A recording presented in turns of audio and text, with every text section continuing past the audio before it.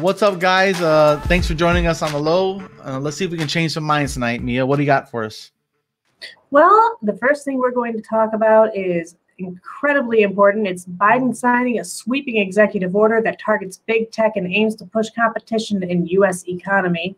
Alex, I believe, shared this. Mm-hmm. Alex Cheney. Yeah. Very good article. Very long article, so be prepared here. President Joe signed the executive order to promote competition in the U.S. economy. The order covers a large range of policies with 72 initiatives by more than a dozen federal agencies, according to the White House. One part targets a key business strategy used by Silicon Valley companies. Another aims to lower prescription drug prices and cracks down on big tech and internet service providers, among several other provisions.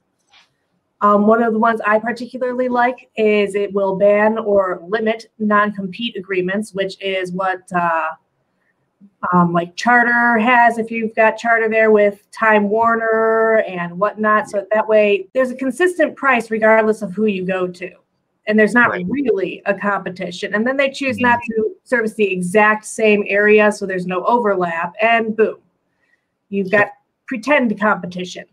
Well, those are called agreements of monopolies. Exactly. It's just a little loophole that they're using right now that they shouldn't be allowed to. Mm-hmm.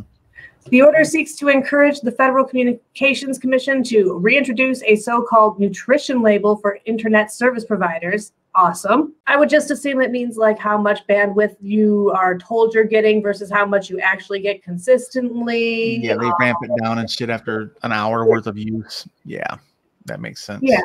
You know, it would be basically a way to make sure that they were giving you what they claimed they were giving you. And it calls for the FCC to restrict early termination fees and to ban exclusivity deals that currently limit apartment buildings and rental units to only one internet provider. Again, another monopoly. So, like if you have AT&T internet service, which is shit, and then you have Verizon or Xfinity, and they both come to agree like, okay, we won't compete with you at that housing complex for 1,000 units. You don't compete with us at this housing unit for 1,000 units, and we both get to raise the prices the same and control the market. That's what it is. It's like it's another litigated monopoly, which is illegal. So now Biden has repealed that, which I do agree with that. Yeah, absolutely. And it also calls on the FCC to restore the agency's net neutrality rules for broadband companies, which, you know, should not have been removed in the first place. If I remember correctly, they cited bot accounts that were apparently actually being made by the FCC. Yeah. To publicly comment on how great it is to not have net neutrality. Well, and here's the thing, like, with the net neutrality, it would have allowed internet providers like Xfinity I have here that says, okay, we're going to give you access to stuff, but we're going to slow down your streaming capabilities unless you pay more. So in other words, poor people have slower internet speeds, period. And the same thing with, like, I think it's access to certain sites and stuff. You can't access YouTube unless you pay $5 more a month for this or that or whatever. It just opens up to too much bullshit. It's micro-granulizing the payments down if you give them too much room. They could really just... Yeah. It's basically what they do with, like, the doctor's offices, right? Where they are here in the U.S. charging for, like, the cotton balls and the... Yeah. They could do that without these net neutrality rules, and that they haven't yet is just a matter of time, really. Well, and aggressive delivery on the comments is trying to clarify for us, so it's very thankful. Thank you. He says a trust is an agreement between multiple companies, such as price fixing, right? A monopoly, of course, is a single company having a chokehold on a market, right? But we're saying that creates that by doing these agreements is, okay, you have a monopoly on this housing project, or this apartment complex, or this neighborhood, or this whole zip code. Like in my hometown of Hartford, Michigan here, that I used to live in, one service provider for phones. I was paying $40 a month to not call anybody on my home phone. I had a cell phone. You know, I said, I'm not doing that no more. And you couldn't get nobody else to come in. They had a non-competition clause as well through the city. I think the city must have got a bump on that. Must have got a little kickback, which is probably illegal. But yeah, thanks for clarifying that for sure. I didn't know the difference between the different. Yeah, and SAPS is very much zip code driven for sure. But yeah, so that's how they do it, man. They create little pockets of monopolies with these little agreements, these trusts, and the price fix. And they say, okay, we're going to charge 112 for the next 8 months. And they're going to make it 130. You do the same, because we can both say, well, the prices have went up because of gas prices, because of yada yada, because of COVID or whatever. They just bullshit us. It also takes aim at Silicon Valley business model, the collection and use of large amounts of consumer data, and the incentive for tech companies with multiple lines of businesses to cross-promote their own services at the expense of competition. The Assistant Attorney General in the Antitrust Division is among the myriad positions yet to be filled. The office is charged with enforcing the sweeping executive order, but yet they don't have an Attorney General for that. So I don't know how that all works, honestly. Maybe they hire somebody real quick. Just get it approved. Go through Congress and stop fucking around talking about Russiagate still, or talking about, I don't know, man, just a bunch of bullshit, And then there's another top Democratic official quoted here. He goes, can any of this be effectively implemented without an Attorney General for antitrust? And he says, no, it's not possible, which, okay, so do nothing. Fuck that, It's always better to have a goal than to just let it sit. Like, even if the goal is not attainable, you can make steps towards making that goal attainable. Well, they have an acting assistant attorney general. Okay, then step up. That's just all there is to it. Until you fill the position, this person's going to do it until then. So, yeah. Get a qualified person, or a more qualified person, or just let this person, this man or woman, just do what they can. So I got no problem with that. Just do whatever you can to make it happen. Oh, another really good one there, the right to repair. People have been wanting that one for a while. That's how you can't touch your phone without ruining the warranty, even though other people could buy the parts and do the work for less than Apple or less than Xbox. But if you touch it, they get to say, nope, you've broken the warranty, you've used it as not intended, and we're not responsible for any problems, therefore. Yeah, that's how Apple and all those other people kind of bully you into using their stuff, which is upcharged. Yeah, I got no problem with that. Nope, no problems with that. Everybody, that seems like that should be like, I would feel like that's bipartisan. We've got a few people here who have some conservative views in the audience. I feel like that's bipartisan. The right to repair. Yeah. Sounds like very small business friendly, and Yep. And it's time effective, man. Who's got time to mail your shit in to Apple? You won't see it for weeks, I find interesting, this article. Biden executive order also continues a Trump administration historic push to allow states to import prescription drugs from Canada, and it directs the FDA to work with states to safely import drugs, which Biden has supported during his presidential campaign. Several states, including Florida, I don't know why they include Florida, have expressed interest in importing drugs as a way to lower costs. Again, why don't we have our government, lobbying against these people and say, hey, we won't pay more for your insulin or whatever it is, but of course that'll be too close to Medicare for all, and it'll freak people out on the right. Yeah, Canada's not too happy with the plan, apparently, though. The experts question whether the country has enough of a supply to make a significant dent in U.S. drug prices, which it probably does not.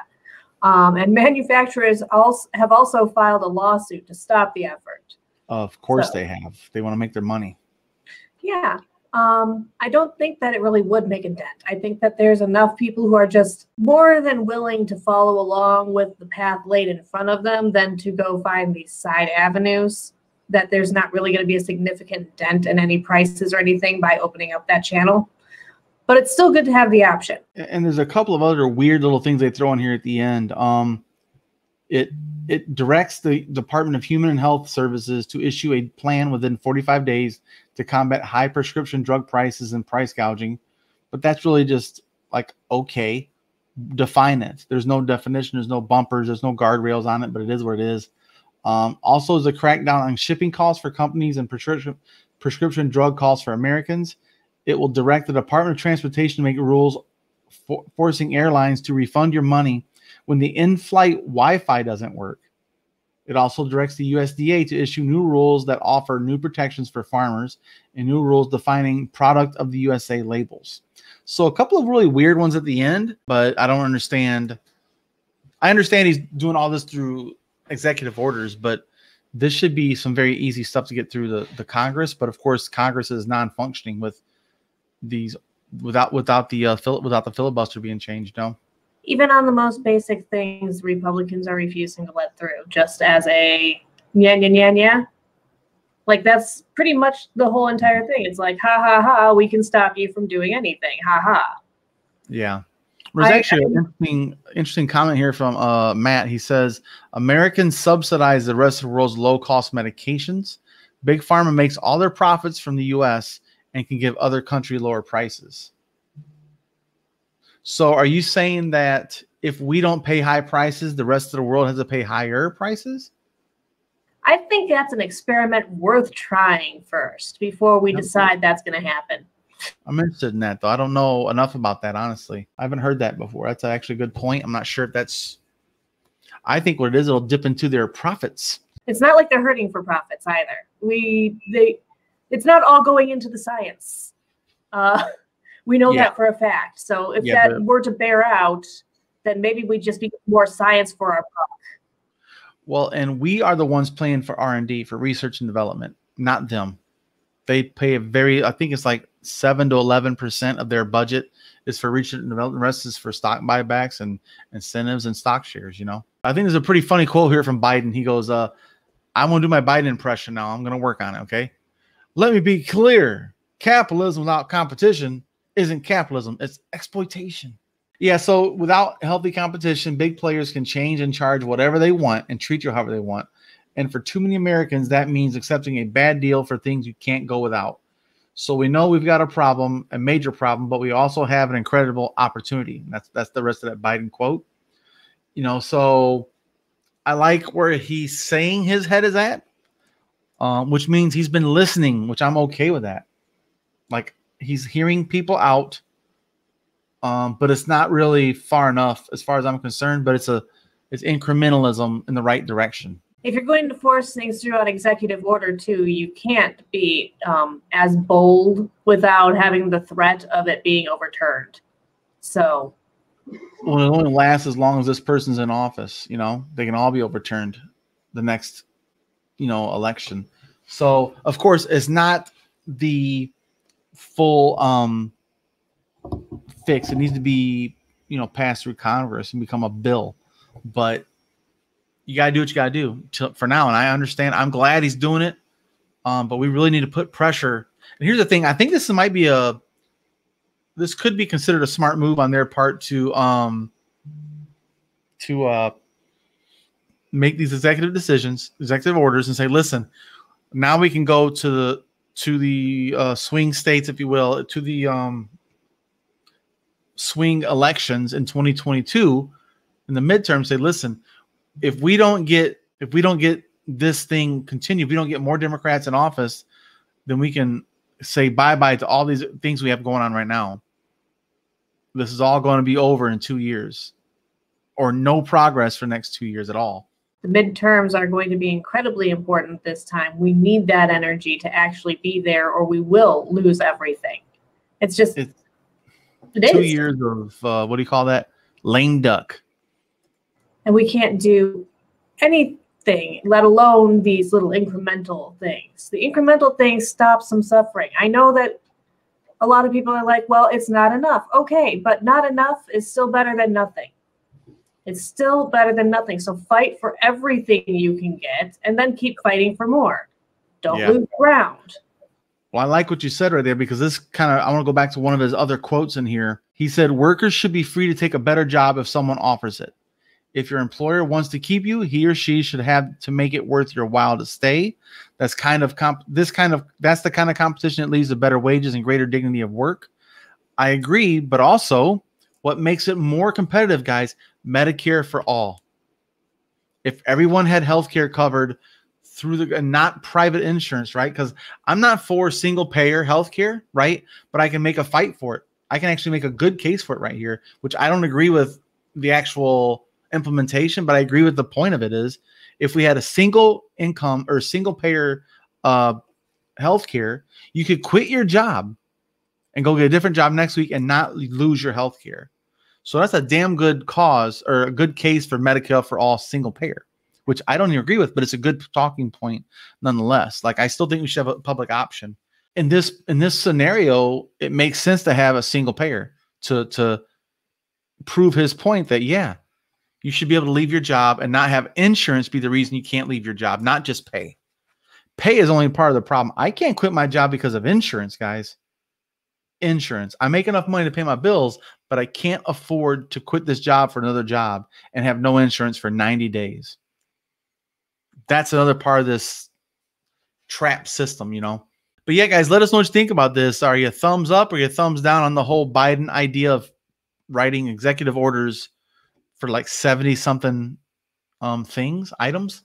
72. 72, yep. Across, I think, 5 different agencies, I think it said, or 7 different agencies. Let us know what you guys think. Are you for this? Do you like this strategy of governance through executive order, which is only a temporary fix for permanent problems? Which, of course, most people wouldn't like that. But do you think it's the best way to go? And do you like all these changes? And also, guys, we're going to put a link to the original article in the description box when we make the clip for this. But yeah, guys, thanks for joining us. See you guys next time, and go read a book.